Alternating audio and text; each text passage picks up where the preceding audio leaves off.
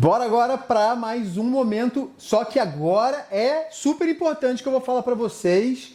Essa pergunta, ela está muito relacionada a conflitos e a como resolveremos esse tipo de situação entre os herdeiros, tá? Então a pergunta é: o que fazer quando os herdeiros não concordam inicialmente? Ou seja, gente, todo o inventário, todo aquele momento abrupto do falecimento, toda aquela perda estará sempre muito latente no sentimento dos participantes. E nessa parte inicial, nessa fase inicial, é bem comum, tá, que alguns dos herdeiros ou vários dos herdeiros não cheguem a um consenso, porque além do problema da perda, além da questão patrimonial, né, ainda vem à tona todas as desavenças que aconteceram durante a vida da família. Isso é normal, isso vai acontecer em 95% dos inventários. Temos sempre uma briga inicial, um desconforto inicial, quem vai ficar com o quê? Por quê? Basicamente é o seguinte: a gente tem bens divisíveis e bens indivisíveis, que são o quê?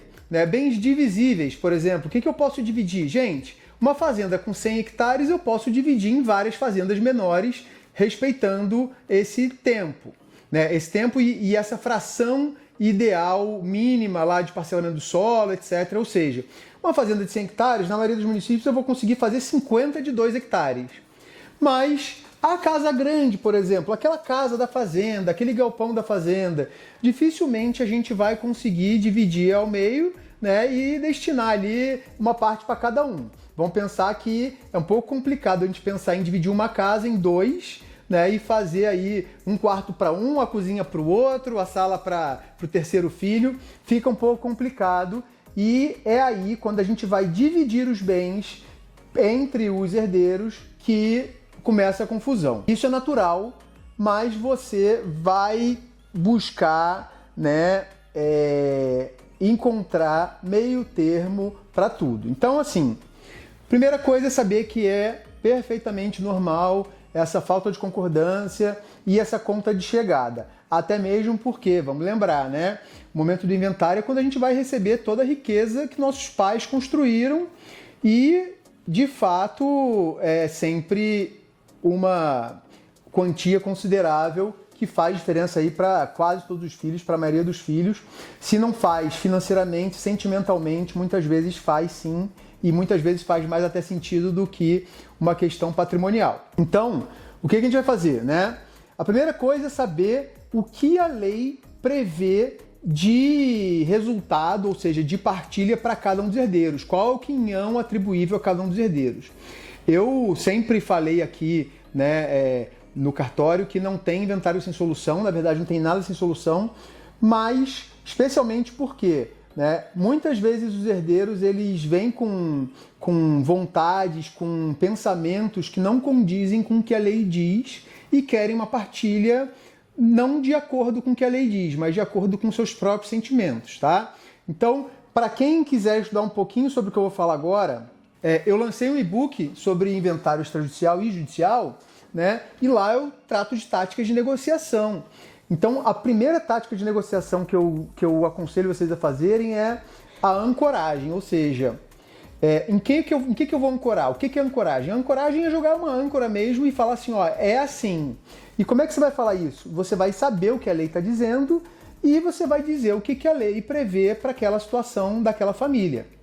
Então, assim, basicamente, tudo que for a mais do que a lei ou a menos do que a lei dispõe será considerado como uma doação ou, às vezes, uma compra e venda. Então, a gente tem que entender o quê? A gente precisa ancorar, nós precisamos sempre ancorar, tá, na lei. Então, não, olha, cada um vai receber 30 mil aqui e a gente vai dividir isso da forma como der. Então, entendam que a lei faz o que a gente chama de ancoragem. Existem outras hipóteses, né, em que cada um vai receber um bem de acordo com a sua percepção de valor, né?